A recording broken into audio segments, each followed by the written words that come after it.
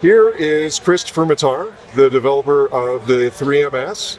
We've spoken before on the channel, and he is here to help us take a look at the new 3MS kits. Thanks for stopping by, Christopher. Thank you. So you'll get 4 extruders. These are BMG style extruders. And then, here, I'll show one.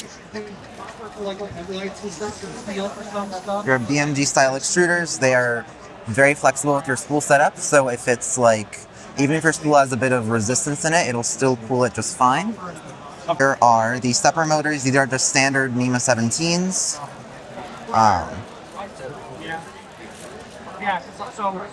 Let me display one filament unit. And then wires for the motors, a power supply, and then there's an SK or Pico that is pre-flashed with Clipper firmware and a catapult bootloader, so you don't have to flash it yourself. Welches for building motivation. A little bolt bag for the 3-home, which is the official modular enclosure for the 3MS. Almost entirely 3D printed. This has every non-3D printed thing you need. And then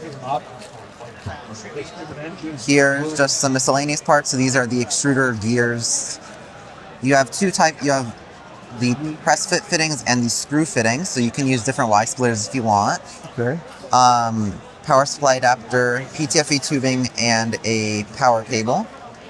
And yeah, that's the main 3MS kit, and all of these are much nicer than the standard Ender 3 extruders that you would use. So yeah, these are built with reliability in mind, and yes, general recommendations for the kits. Pretty much all you need is a filament cutter and a filament sensor, which is pretty easy to get in most 3D printers nowadays. It has been great to see you take this from sort of a source it yourself DIY version to a kit.